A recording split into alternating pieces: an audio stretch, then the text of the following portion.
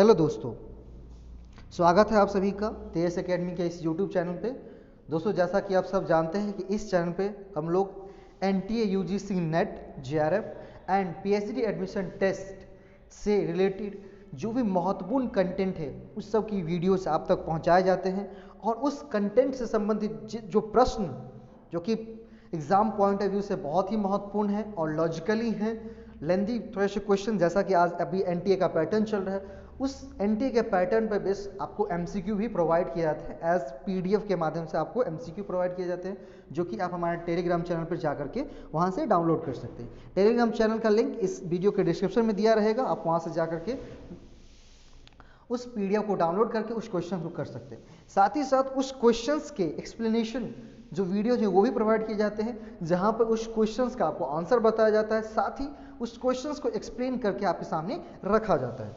ठीक है दोस्तों, तो यदि आप लोगों को ये चीज़ें जो कि हमारे द्वारा बनाया गया है, हमारी टीम के द्वारा तैयार किया गया है, आपको पसंद आता हो तो निश्चित रूप से इस चीज़ों को आप आगे शेयर करेंगे, ताकि ज़्यादा से ज़्यादा लोग इन चीज़ों का लाभ ले सके और अपनी तैयारी को एक बेहतर वे में कर सके। एक सूचना और है, यदि आप लोग जो दरभंगा में स्टूडेंट रह रहे हैं, दरभंगा के आसपास के हों, तो अगर आप लोग ऑफलाइन क्लास लेना चाहते हैं पीएचडी एडमिशन टेस्ट पैट के लिए या यूजीसी नेट के लिए, तो निश्चित रूप से जो कॉन्टैक्ट नंबर है हमारा, उस पर आप कॉन्टैक्ट करके ऑफलाइन बैचेज भी ले सकते हैं और जो भी आपको कुछ आपकी क्वेरी है, क्वेश्चन है, उसके भी आप वहाँ से हल समाधान आप वहाँ से ले सकते हैं। ठीक है दोस्तों, उस नंबर जो नंबर है, मोबाइल नंबर, वो हमारे डिस्क्रिप्शन में दिया रहेगा, साथ ही साथ वीडियो के थंबनेल पे भी लिखा रहता है, वहाँ से लेकर के कॉल कर सकते हैं। ठीक है, तो उस वीडियो सीरीज को हम आगे बढ़ाते हुए आज हम लोग एक important topic Bloom taxonomy of teaching objective की चर्चा करने वाले हैं। इसकी वीडियो एक प्रीवियस वीडियोस पहले ही अपलोड कर दी जा चुकी हैं, तो यदि आप लोगों ने नहीं देखा है तो आप जाकर के प्लेलिस्ट में, पीएचडी प्लेलिस्ट में और वीडियोस फाइल में भी आपको मिल जाएंगे, वहाँ से आप यूट्यूब चैनल पर इस चीज़ों को देख सकते हैं। आज हम उसके टाइप्स करेंगे। टाइप्स की चर्चा भी थोड़ी बहुत मैंने पिछली वीडियो में हमने कर दी थी, और उस टाइप्स के अलग अलग करके हम देखेंगे कि कॉग्निटिव डोमेन क्या है, साइकोमोटर डोमेन क्या है, अफेक्टिव डोमेन क्या है। हमने बताया था आप लोगों को कि ब्लूम जी ने 1956 में जो टीचिंग ऑब्जेक्टिव, उसके स्पेशल ऑब्जेक्टिव के अंदर उन्होंने टीचिंग ऑब्जेक्टिव को 3 डोमेन के अंदर बांट दिया था। पहला डोमेन था कॉग्निटिव डोमेन, दूसरा था साइकोमोटर डोमेन और तीसरा था आपका अफेक्टिव डोमेन। इन तीनों डोमेन के अंदर उन्होंने टीचिंग ऑब्जेक्टिव को बाइफोकेट किया था। उसी चीज़ों को आज हम देखेंगे अलग अलग। तो सबसे पहला है संज्ञानात्मक पक्ष। अब क्षेत्र के संज्ञानात्मक पक्ष कहिए, संज्ञानात्मक क्षेत्र कहिए, संज्ञानात्मक स्तर कहिए, तीनों एक ही होंगी चीज़ें। तो ये वर्ड्स दिए गए हैं आपको समझने के लिए, अलग अलग वर्ड्स हैं, बस हमें ध्यान रखनी है कॉग्निटिव डोमेन संज्ञानात्मक वर्ड याद रखें, चाहे पक्ष हो, स्तर हो, क्षेत्र हो, हमें कंफ्यूज नहीं होना चाहिए। तो सबसे पहले संज्ञानात्मक पक्ष के बारे में मैंने डेफिनेशन लिखा हुआ है, जो डेफिनेशन आपको दिख रहा होगा, लिखा हुआ the cognitive domain includes those objectives which deals with the recall or recognition of knowledge and development of intellectual abilities। कहा गया है कि संज्ञानात्मक क्षेत्र के अंतर्गत वे उद्देश्य आते हैं, कॉग्निटिव डोमेन के अंदर वे उद्देश्य आते हैं जिसका संबंध किससे है, ज्ञान के पुनः स्मरण है, रिकॉल करना, जिस चीज़ों को आपने याद किया उसे रिकॉल करना, बार बार उसे रिकॉल करते रहना, पुनः पहचान तथा बौद्धिक योग्यता के विकास से है। मतलब जिसका संबंध किससे है, ज्ञान के पुनः स्मरण से है, ज्ञान के पुनः पहचान से है तथा उनकी बौद्धिक योग्यता के विकास से है। समझ लिए, ये था डेफिनेशन। फिर से मैं दोहरा देता हूं, the cognitive domain includes those objectives which deals with the recall and recognition of knowledge and development of intellectual abilities।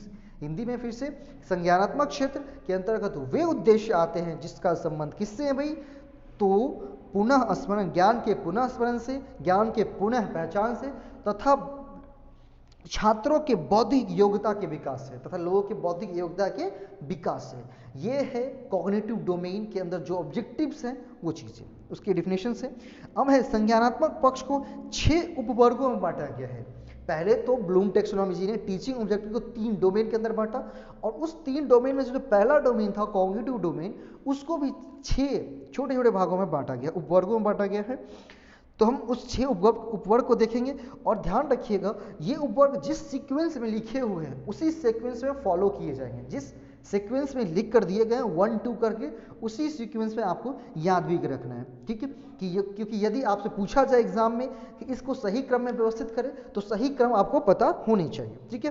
तो सबसे पहला जो उन्होंने बाइफोकेट किया था संज्ञानात्मक क्षेत्र को, वो था आपका ज्ञान, नॉलेज। क्या था आपका? ज्ञान। बोला ज्ञान, नॉलेज। बोला इसके अंतर्गत छात्र को विषय से संबंधित तथ्यों, घटनाओं, सूचनाओं, सिद्धांतों, परंपराओं आदि का ज्ञान दिया जाता है। नॉलेज के अंदर क्या किया जाता है? छात्रों को जो जिस विषय से हैं उस विषय से संबंधित जो तथ्य हैं, जो घटनाएं हैं, जो सूचनाएं हैं, जो सिद्धांत हैं, जो परंपरा चलती आ रही, इन सबको उनको ज्ञान दिया जाता है, उन सबको बताया जाता है कि भाई आप मान लीजिए हिंदी विषय से हो तो हिंदी विषय में ये तथ्य हैं, ये चीज़ें घटनाएं हुई थी, घटित हुई थी, ठीक है। वहाँ सूचनाएं, कुछ नए सूचनाएं निकल कर के वो चीज़ें, जो उसके सिद्धांत है, नियम है, वो चीज़ें जो परंपरागत रूप से चलती आ रही हैं, जिन चीज़ों को हम फॉलो कर रहे हैं, वो सारी चीज़ों को ज्ञान दिया जाता है। समझ गए? पहला था नॉलेज। इसके अंतर्गत छात्र को विषय से संबंधित तथ्यों, घटनाओं, सूचनाओं, सिद्धांतों, परंपराओं आदि का ज्ञान दिया जाता है। क्या दिया जाता है? ज्ञान दिया जाता है, ठीक है। फर्स्ट कंप्लीट है। चलते हैं सेकेंड पे।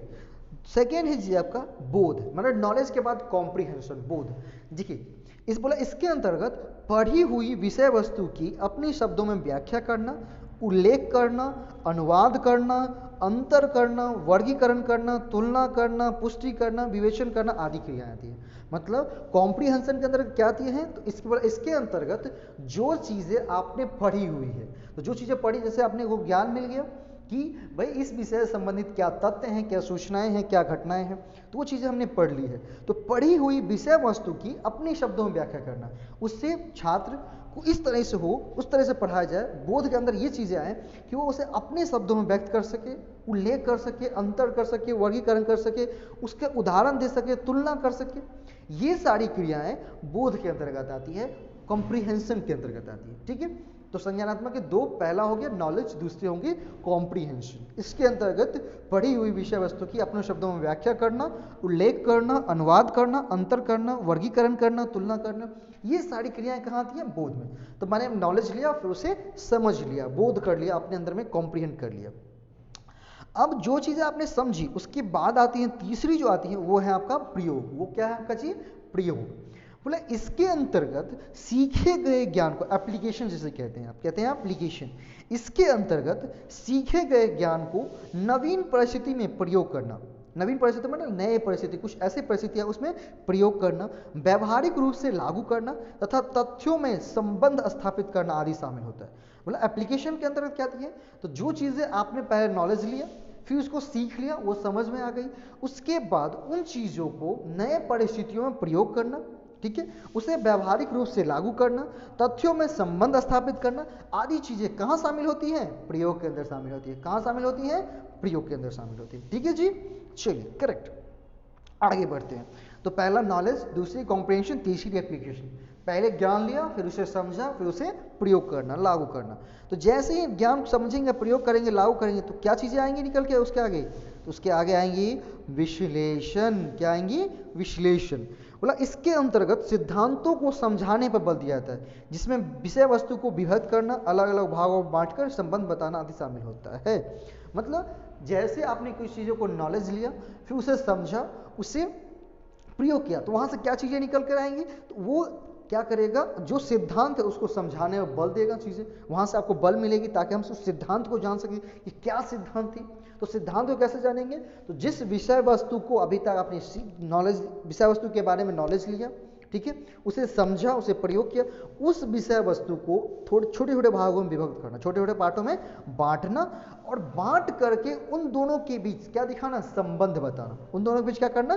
संबंध बताना। कहाँ शामिल होता है? विश्लेषण के अंतर्गत। क्या कहाँ शामिल होता है? विश्लेषण के अंतर्गत, ठीक है जी। उसके बाद आते हैं संश्लेषण, सिंथेसिस। उसके बाद आते हैं संश्लेषण। देखिए छोटे छोटे भागों में बांटना, विश्लेषण, उसके बाद है संश्लेषण, सिंथेसिस।